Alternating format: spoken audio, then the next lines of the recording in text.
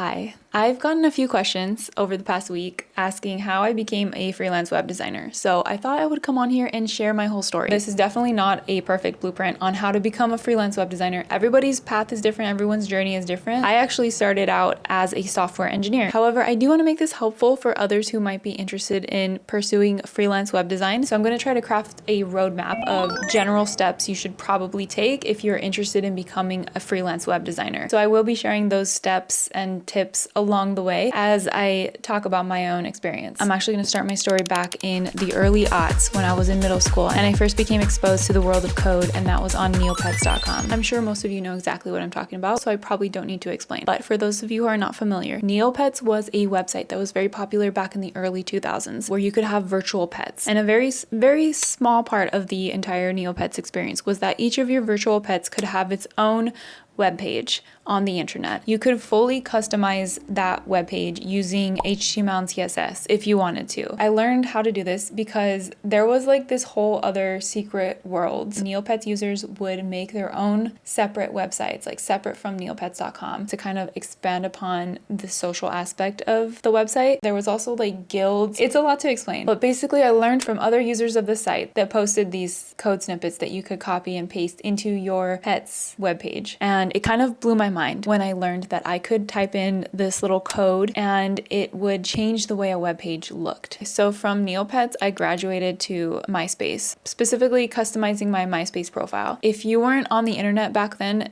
you can't even fathom what it was like. The amount of freedom that we had to customize our online profiles was astounding. It was unmatched. It was like nothing that we've ever seen since. I got really into customizing my MySpace profile with HTML and CSS. Mostly it was copied and pasted from other websites that were kind of pushing out a bunch of MySpace layouts. You know what I'm talking about if you were on MySpace during that time. It was definitely the Wild West of the internet age. These early internet ventures really sparked my interest in coding and web design, and I ended up pursuing a degree in computer science and going into a career of software engineering. You may be asking, why not pursue web design if you were so interested in it? And the answer to that is that I read somewhere that web designers made less money than software engineers, and back then I was very motivated by money and not what I was genuinely interested in. So I went with software engineering. Don't necessarily recommend that. You definitely don't need a college degree to become a freelance web designer. I went to college for software engineering, not for design. So I had to learn all the design stuff on my own much later after college. However, I will say that knowing a little bit of HTML and CSS and maybe even like a little bit of JavaScript has really helped me in doing freelance web design. So back to my journey. I had just graduated from college with a degree in computer science, looking to pursue software engineering, and that's exactly what I did. For the next 10 years, I worked as a software engineer in corporate. I wasn't working on websites, I was working in embedded software, which it doesn't matter what that means. I was mostly working on the front end, which is the visual stuff that you see, like the buttons and the colors and stuff like that. If I ever had to work on something that was lower level, like under the hood type of stuff, I hated it. I hated my life and I wanted to quit. From that, I kind of learned that maybe I wanted to transition to become a designer instead of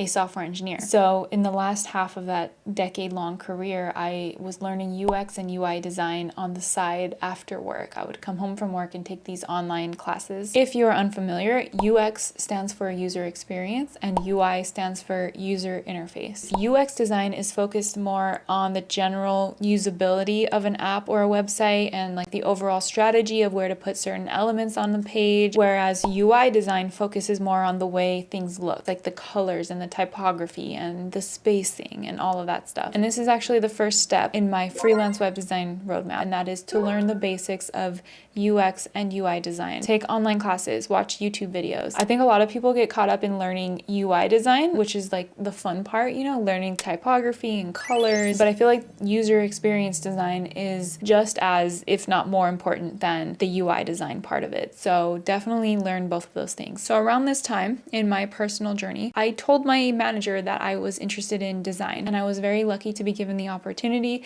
to do a little bit of design work here and there in between my engineering work. I became friends with our in-house designer, and she kind of took me under her wing and showed me how to use Figma. So this is another tip.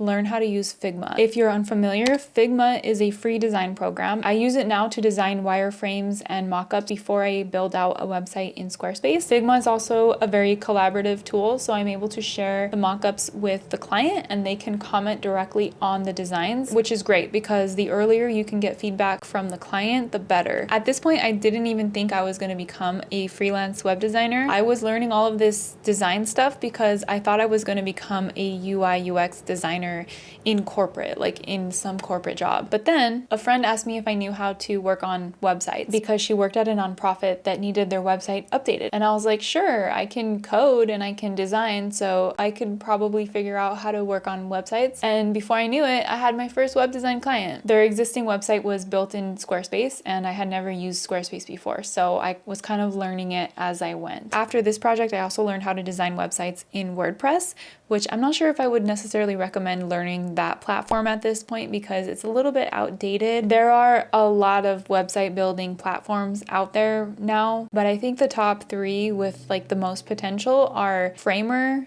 Squarespace, and Webflow. So that is the second step on my little roadmap to success. Pick a platform and learn how to use it and start making websites in it. Even if you don't have any clients, you can make fake websites at first, which are also called spec sites that you can put on your portfolio. Throughout that first project with the nonprofit, I felt like a total imposter, which I kind of actually was an imposter in this case because they thought I was a web designer and I wasn't really a web designer yet. So I had a lot of fear and anxiety anytime I would interact with the client. But this whole experience taught me two things. One, it taught me to feel the fear and do it anyways. And two, it taught me how to communicate with clients. And that's the next step on my roadmap. Learn how to communicate with clients and develop a workflow. At this point, you've learned UI, UX design, you know how to use Figma, you've chosen a website building platform and you have made websites in it. You have to learn how to talk to clients and work with clients and develop your own processes for running your business. In order to do all this, you need to find clients. How do you get more clients? Well, the way I got more clients was I told everyone I knew that I was designing websites and I told them to tell their friends. Every social gathering I went to, I was using that opportunity to tell people I'm designing websites. Let me know if you know anyone who needs a website. That's my tip to you. Put yourself out there and tell everyone you know that you're designing websites and maybe you'll get a few nibbles. My first few clients were nonprofits and I think that could be a really great way to dip your toes into freelance web design because a lot of nonprofits, especially the smaller ones,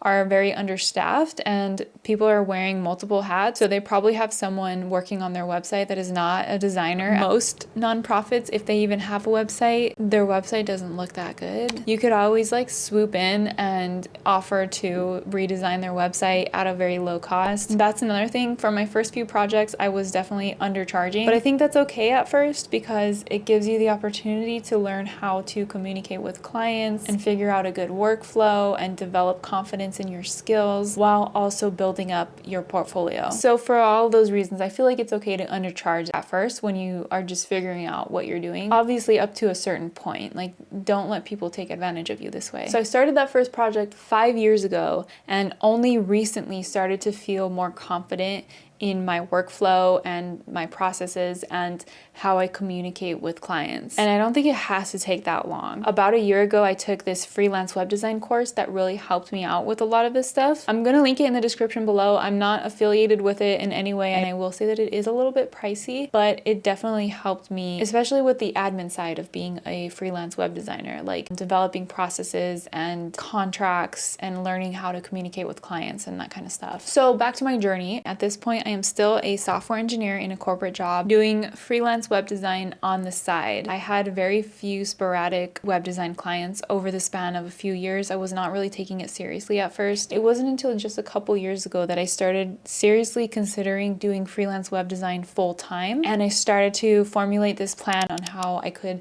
save money so that I could quit my corporate job and like sustain myself as I started to get my web design business really off the ground. And the reason I decided to quit my corporate job instead of just doing web design on the side was because I felt like I could be taking on more clients and growing my business quicker if I had more time to spend on it. Also, as I got more and more invested in the idea of growing my business, I started hating the idea of working for someone else, and I felt like any time that I was working on my corporate job was just like a waste of time, because that was time that wasn't spent pursuing my main goal in life. So I just felt like I had to quit. I'm not saying that you should do this, but if you do, make sure you save up enough money first to be able to pay for your living expenses for at least the first year, if not more. Over the past year, I've been kind of working on learning the psychology behind effective sales pages and like learning digital marketing and that kind of stuff. That is the next step on my roadmap. Learning website strategy, SEO, sales pages, marketing, all that kind of stuff. This is after everything else, after you've already worked with a few clients.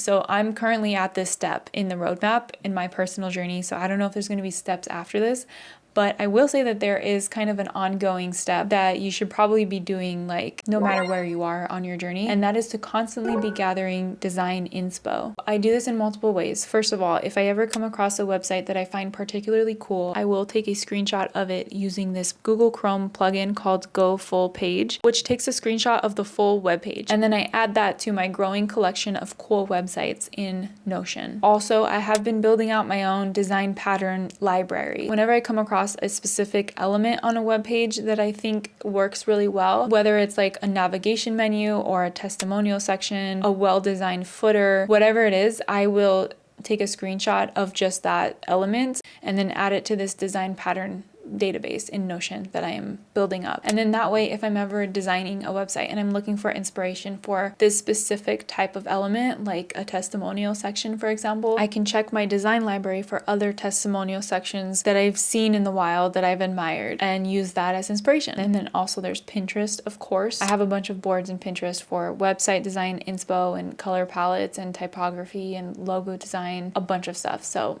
there's always that as well. So that's kind of just like an ongoing step in the roadmap. Maybe the last step of the roadmap should be learning how to market yourself as a freelance web designer, which is kind of a work in progress for me. So I can't really touch on that too much, but it probably should be in there somewhere. So yeah, that's pretty much it. I hope you liked this video. If you did, make sure you give it a like. If you are on a similar freelance journey or would like to be, I would love to hear your story. Please share in the comments below. If you're still here, which you are, because you're here. Thank you so much for watching till the end, and I will hopefully see you in my next video. Bye!